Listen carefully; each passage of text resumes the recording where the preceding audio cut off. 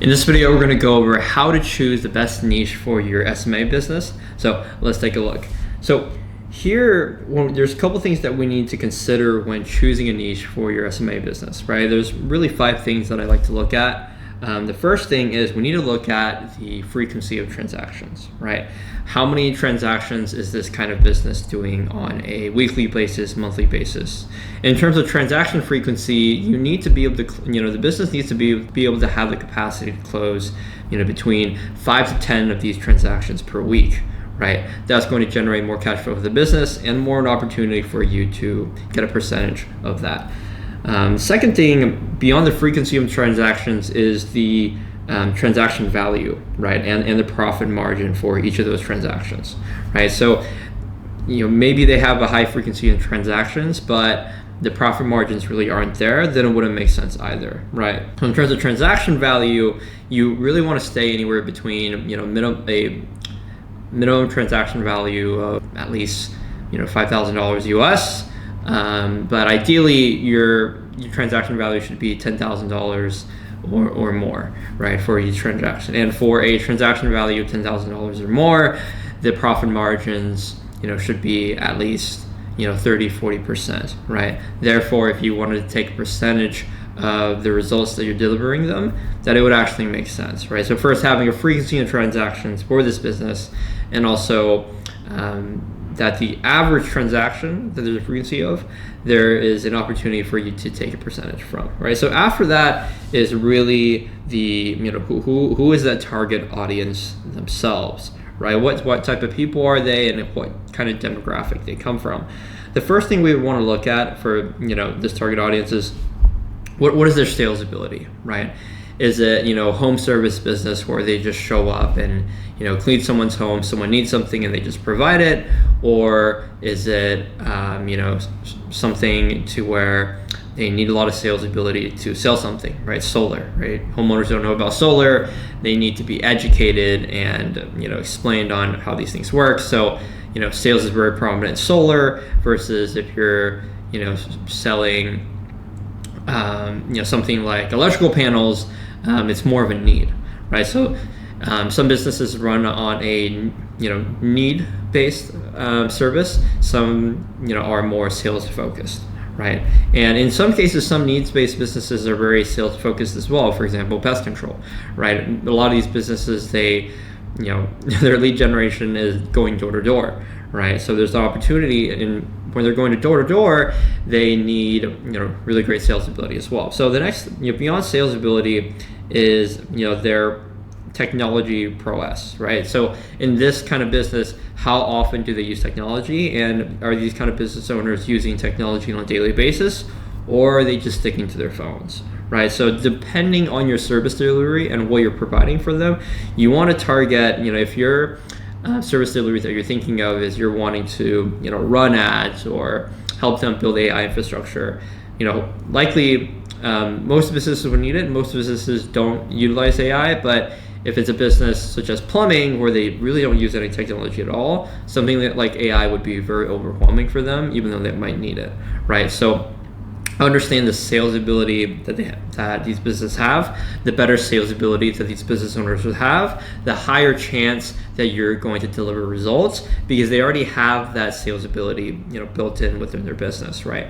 And how adept they are in, learning technology, right? In some cases, that's good and bad. If they're, it's a niche like med spas where they use technology on a daily basis, what you present to them might not be useful. They might already be using AI chatbots to begin with. So you also need to understand what is the tech stack that this business is kind of already using existing.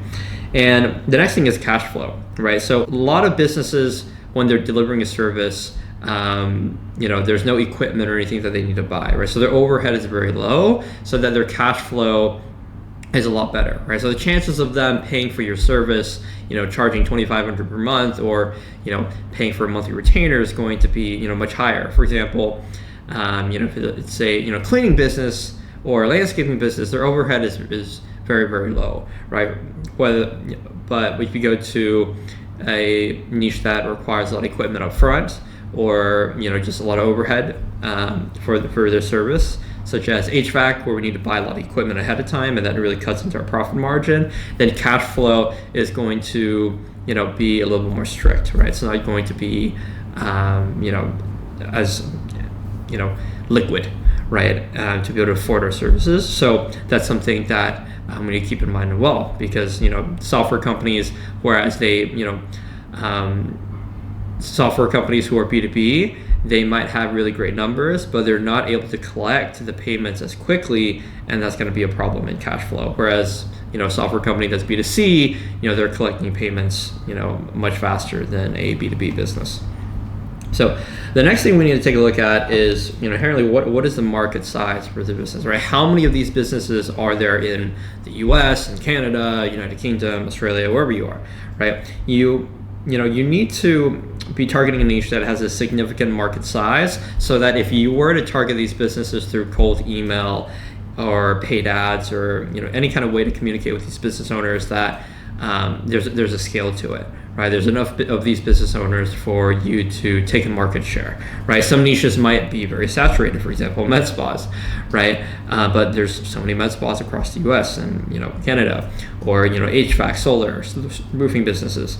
A lot of these businesses might have a very large market size, and it might seem very saturated, but some of these markets are so big, and there's so many more home services businesses that are coming up. There's plenty of a market share for everyone, because a lot of companies that are providing these services are churning in and out as well. So one thing to definitely consider is the market size. For example, if you're wanting to target companies who sell info products, for example, trading, there's not as many trading businesses who are wanting to sell info products versus HVAC companies across the US, right? And the propensity for that industry to grow might be a lot slower than an industry where global warming is really affecting everything as well. So the final thing that we want to take a look at is reachability. What I mean by this is, it ties into the market size, is how easily reachable is this target audience, right? Are you able to, how scalability is outreach, right? Is there a significant market size for you to run paid ads and run cold emails to contact them, right? And how effective is running paid ads for this audience, right? Does this audience interact with social media very often, or do they read their inboxes more, right? In some industries, you're going to have a greater success with cold email because it's B2B. Some businesses, such as home service businesses, they don't check their email inboxes as much, even though they're businesses.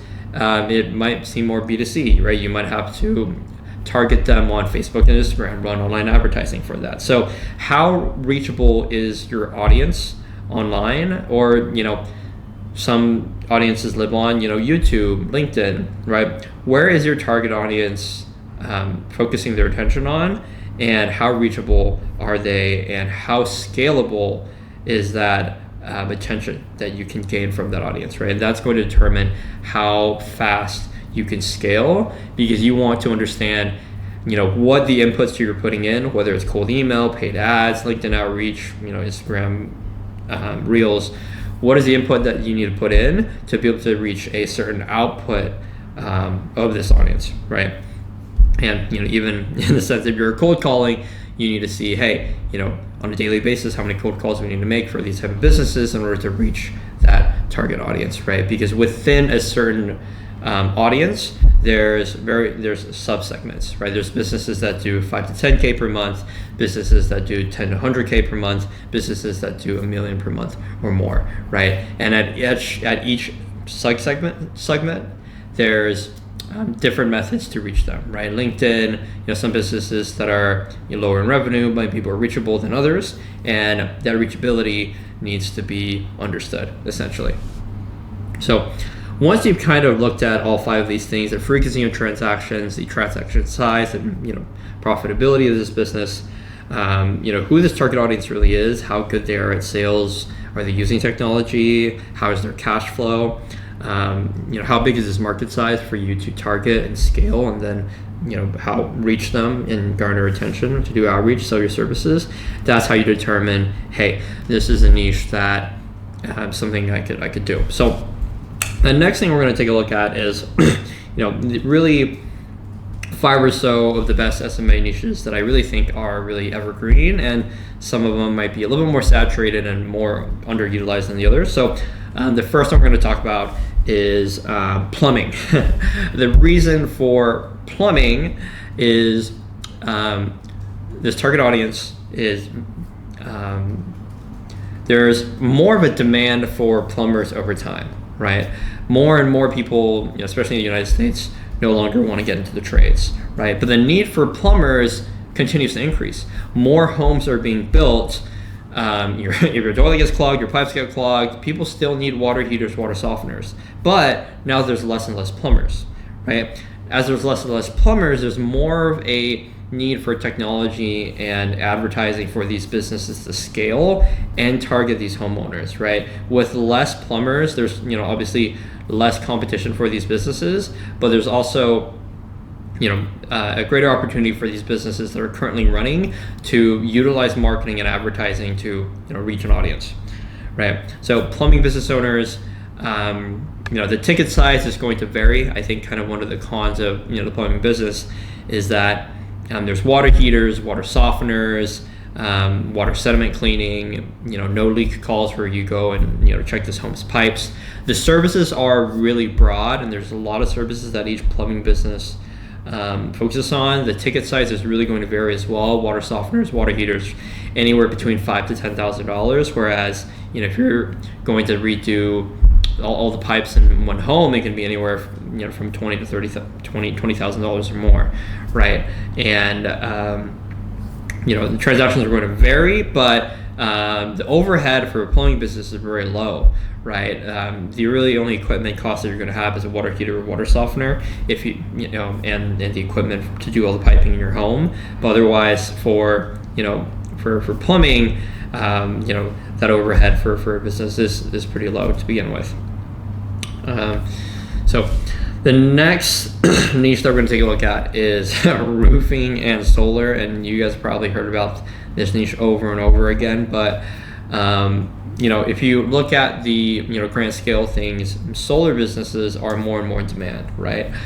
In the state of California, it's mandated that at some point all homes in California need to have solar, right? So more, the competitiveness of solar is there more, but the outlook of how the government is regulating solar is very, very positive, right? More and more states are advising for solar, offering rebates. So more and more solar is going to be more accessible for homeowners, right? And solar businesses, the representatives that are running these type of businesses, the sales ability is very high, right? Solar is a very sales focused business, where a lot of them, they do blitzes where they go to one neighborhood in one weekend and they just try to talk to as many homeowners as possible. They set an appointment, they have a closer go in to talk to the homeowner. That process is very sales focused, right? Now the only detriment for solar businesses is the frequency of transactions. If you work with a big company, there's a lot of frequency of transactions, but some of these transactions might be a little bit more slow depending on where you are,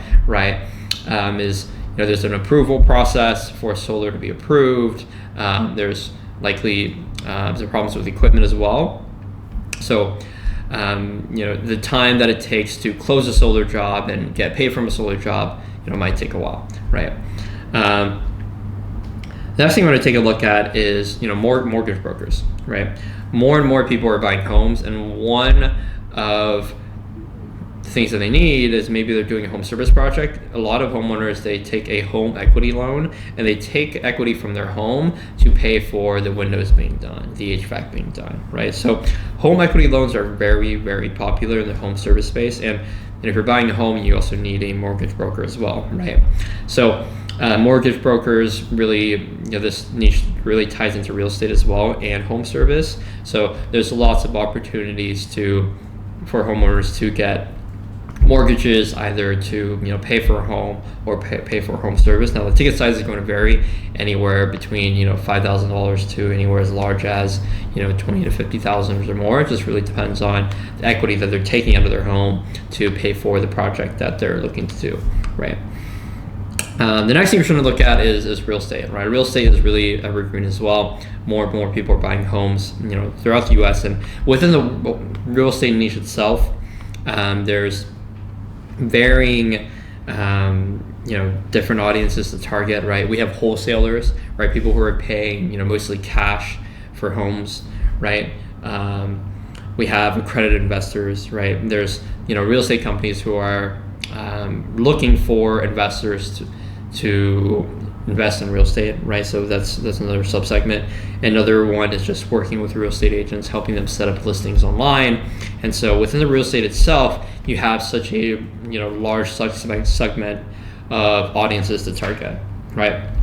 The last part is insurance, right? Especially in the U.S., life insurance, health insurance, car insurance is a huge thing, right? Insurance is heavily regulated, heavily needed across the U.S. The demand is only going to increase as more people come, and the ticket size for insurance is I'm going to be turning 26 very soon, and in order to get health insurance in the U.S., it's going to my accountant told me it's going to cost at least $15,000 for an annual plan, right? For myself, since I'm running my own business, right? So the ticket size for insurance is very high, and there's a huge demand because people are gonna grow old, and everyone needs insurance throughout the U.S. And so another great thing about insurance and mortgage brokers, especially insurance itself, is state to state. One insurance agent can most of the time sell insurance to someone of another state, right? So insurance might be more evergreen in the sense that the transactions occur throughout the year, and anyone can really be selling it to really anyone. It's not focused locally in some respects.